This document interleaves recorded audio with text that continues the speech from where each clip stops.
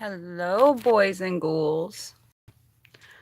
So, if you guys were watching the video earlier, you would know that this is the final look for my how I did my makeup in high school challenge, I guess. This was as close as I could recreate to how I did my makeup in high school with the products that I have now. I did use a sponge tip applicator. I applied my foundation with my fingers. I tried to keep it as close to what I did in high school as possible. And then this side of my face is the updated version. I actually did my brows. I used blending brushes. I used a beauty blender and just kind of tried to update the initial look but still keep it very similar. This isn't exactly how I would do a goth makeup now, but it is an update to the version that I did before. As close as I could recreate it. I wouldn't generally put so much red underneath my eye when I did something like this. I would use a lot of little dots and embellishments. I would use a lot of glitter. Hi, Lady Dazed. How are you today? But yeah, that is my updated how I did my makeup in high school look. But today we're going to do a fun tag. This is the Goth tag. Now this is meant to be fun. I just want to kind of enjoy doing this kind of video. I haven't really done tag videos before, so I just thought it'd be kind of fun. And this one seemed appropriate with the kind of makeup I was working with today. So yeah, let's just jump in. And the first question is, how long have you been goth? And I don't really feel I can answer that question with a very basic, like, oh, I've been goth since I was this age, or I've been goth for this many years. I was kind of just always goth. Like, obviously, when I was a kid, I liked black, but I didn't really dress goth. I didn't do my makeup goth. It wasn't really described as that. It was just the things I liked. And this actually bleeds into the next question, which was, how were you introduced to goth? I wasn't necessarily introduced by a person to the gothic subculture. It just was a part of who I was and became a big part of who I was. Um, I think the thing that I remember most from when I was young is when I was in about fourth grade, I think, I got a black nail polish. It was supposed to be for Halloween. My mother hated that I loved it so much. Sorry, that shadow on my eye was bugging me. My mom hated that I liked it so much, but I was just taken by it. It was just something that became part of my everyday. And then the black eyeliner came in and starting to wear more black clothes. Even in the 80s, yes, I'm old. Even in the 80s, the bands that I listened to, like, yes, it was all about hair metal then, but the hair metal bands that I liked tended to be a little bit darker. Like, instead of really being into, say, Winger or Warrant, I was really into like Skid Row and Motley Crue because they had that darker aesthetic to them. It just, yeah, they had a darker aesthetic. I think I dyed my hair black when I have a hair in front of my eye. I dyed my hair black for the first time when I was around 12, I think. 12 or 13. I started putting the red in when I was probably 16 or 17, somewhere around there. So the next question is, these are actually really, really hard questions because I've been goth for so long. It's always just been a part of who I was. So these questions are really hard. But the next question is, what gothic subgenre would you put yourself in? And in order to really understand that question, you have to understand that every subculture has multiple different subcultures involved. So for the goth subculture specifically, you have let's see, you'd have a rivet head, and what a rivet head would be most likely somebody who listens to heavy industrial, bass heavy, gothic music.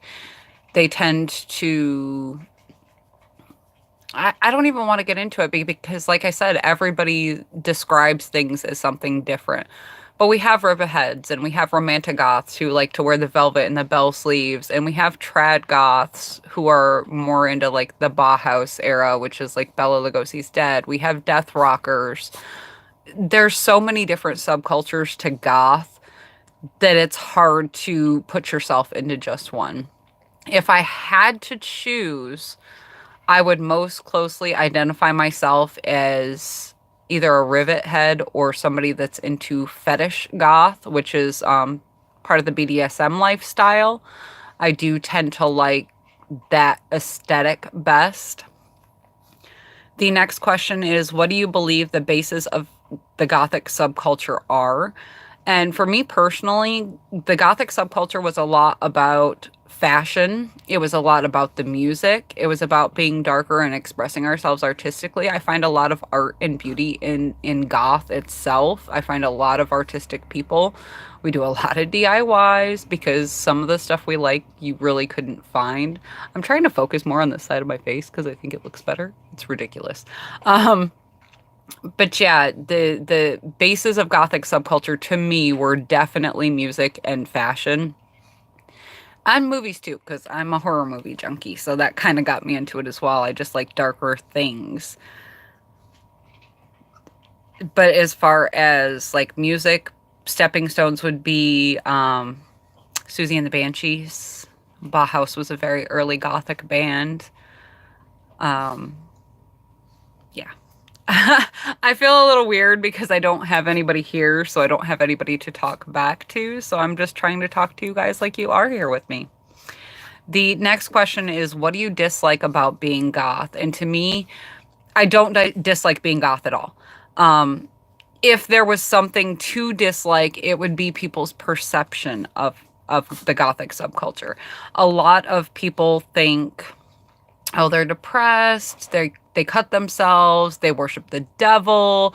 There's so many stereotypes. You're still listening, Lady Days. I'm just kind of rambling. I know you're here, baby. There's so many stereotypes to goth. People, I say a lot when I'm trying to figure out what to say. I'm so sorry. But there's so many stereotypes and there's so many things people assume without taking the time to get to know the person just based on the way we look. And I know that happens in every subculture. Goth tends to be one that is very, very much looked at like that. What do your parents think of it? My parents really don't have or never did have a big say in my appearance. I would hear my mother would talk to people about being concerned when I started getting into all black, and they'd tell her, oh, don't worry, it's just a phase. She'll get more into color, and I did. I like red, purple, and pink with black. Always with black. But and then my father, he didn't like the goth look. He didn't prefer it, but he would stand up for me if somebody gave me a hard time about it. So he was very supportive in that way. They don't necessarily like it, but they accept it very much, and they will stand up for me if it comes to that. The next question is eyebrows or no eyebrows, and this is a funny one because I do beauty. I like makeup. I like doing the beauty thing now. So me personally, I can shave my eyebrows off and draw a pencil thin line and be happy with them. I can leave my brows this little mess that you see over here right now, which is barely any brow. That is how I wax my brows intentionally, or I can fill them in. Obviously today it was with color because of the extreme makeup look. My dogs are playing in the background. I am so sorry. But yeah, I filled it in with color today because of the extreme makeup look, but I can also fill it in and make it look more Instagram friendly, I guess. It's just not, brows have never been a big concern of mine. My focus has always been my eyes, sometimes my lips. The next question is, what is your favorite band? And I'm curious to hear this from you too, Miss Lady Dazed. My favorite band, if we're talking the Gothic subculture or bands that are considered goth, is definitely the Genitorturers. They are a band I don't know if they're still based out of Tampa, Florida. I know they do a lot here still, and actually they're getting ready to tour here. They are an industrial shock rock band. They originally started touring around this area with a very popular shock rock act, which I'll mention in just a moment. They do tend to lean on the, again, BDSM lifestyle side of things. Their songs do tend to touch on those tones. Their shows are absolutely the coolest thing you've ever seen. If you're into that kind of thing, their shows do have body suspension. They generally have somebody hanging from the ceiling from hooks if you don't know what body suspension is, and I find that absolutely amazing to watch. That and their lead singer, Miss Jen, she is an absolute goddess to me. That woman is so smart and so beautiful, and just the things that she does is absolutely amazing to me. And she's just a beautiful, beautiful person, a beautiful spirit. Um, if we're talking not totally goth, but a band people consider goth, I really like Him. They're more of a radio friendly rock band. They were played on the radio a few years ago. Sadly, they're no longer together. But the members of the bands have gone on to do other things, so I would like to see more from them. If we're going into, say, a metal genre, I really like the band Cradle of Filth. That's probably my favorite metal band. They're a black metal band, and I find the vocalist, Danny, his vocals are absolutely the most insane thing you've ever heard. Like, he screams like a banshee and growls like a demon all in the same breath, and I find that absolutely phenomenal. My dogs are going to drive me insane. The next question is, what is your opinion on Marilyn Manson? This is a weird one for me. I hate that Manson is so lumped in with goth because I find him to be more of a shock rock act.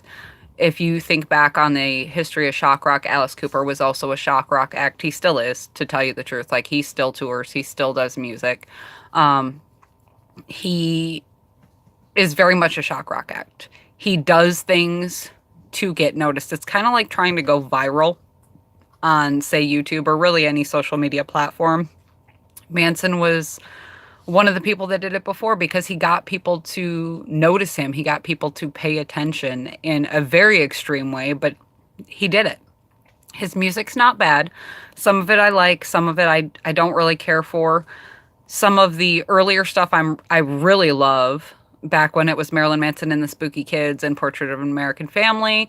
Antichrist Superstar was okay. Some of his later stuff, not as much of a fan. I haven't actually taken the time to listen to Born Villain because I'm just not a huge Manson fan. Like, I like him, but, you know. I want to say he had an album. I can't think of the name of it right now, but it had the song Mob Scene on it. I really liked that album. There was a man, Tim Skold, that worked on that album with him, who also worked with KMFDM at one point. And that album to me very much sounds like something KMFDM would have done. I think Manson, he's talented, but he also gets a lot from the people that he works with. So he worked with Trent Reznor from Nine Inch Nails at one point. He had some of that similar sound. When he worked with Tim Skold from KMFDM, he had more of a KMFDM sound. He's an ever-evolving musician.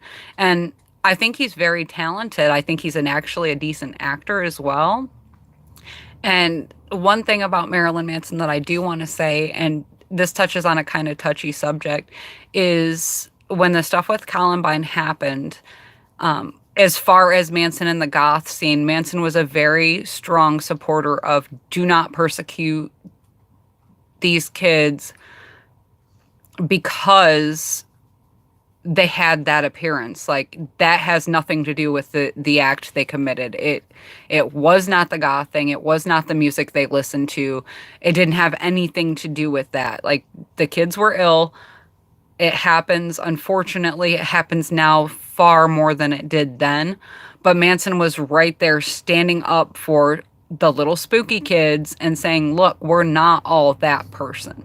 We're not all like that. You cannot persecute us for an act that one person committed. And the final question is, what are your baby bat days like? My baby bat days were absolutely amazing. The makeup looked a lot like this. um, which is really, really bad, but doesn't look as bad on camera, I don't think, as it does in person. In person, it's a mess. My baby bed days were absolutely amazing, and hopefully most people's were. The scene when I was a baby bat was very much alive and well. It still is in certain places. There are places where I grew up in Michigan. Um, at the time, I was in my early 20s. Goth was not something that was necessarily celebrated, but we had goth nights. They did exist at normal everyday clubs. You could find a goth night almost anywhere. And it was a very prevalent culture, a very easy culture to find. Nowadays, it's not everywhere, but the places that it is, it's very much alive. I live fairly close to Tampa, Florida now, and we have the most amazing goth slash fetish bar in Tampa. And one of the great things about it is everybody accepts everybody there. I've never seen a fight in this bar. I'm sure they've happened, but I've never actually seen it happen. And if it is, it's usually over a girl or a guy. It's over hooking up or the possibility of hooking up. It's not a fight just because we're being pricks to each other. Everybody accepts everybody there. All types of life are there. I do see people that are normal. I see full on goth kids. I see younger kids that are experimenting and trying to find who they are. And that's one of the things I love about the subculture is that it does accept pretty much anybody. Like, at least with my group of friends, because I am older, like, we accept people for who they are. We don't feel the need to judge people based on appearance or what they listen to or anything of that nature. When I meet somebody and they take the time to get to know me through the makeup, through the crazy fashion, because obviously we dress a little eccentric as well. I like that, and I like that what's the word I'm looking for? I like that it invites conversation and it invites questions. I'd rather you ask me about me than to just make an assumption based on my appearance. So that is it for our little goth tag today. I will be back tomorrow, maybe later, with a more normal makeup look. Um, at least one that is not two different sides. And I will see you guys on the next one. Thanks, Lady Days, for joining me live, so I'm not completely talking to myself. I will see you guys on the next one. Have a wonderful day. Mwah.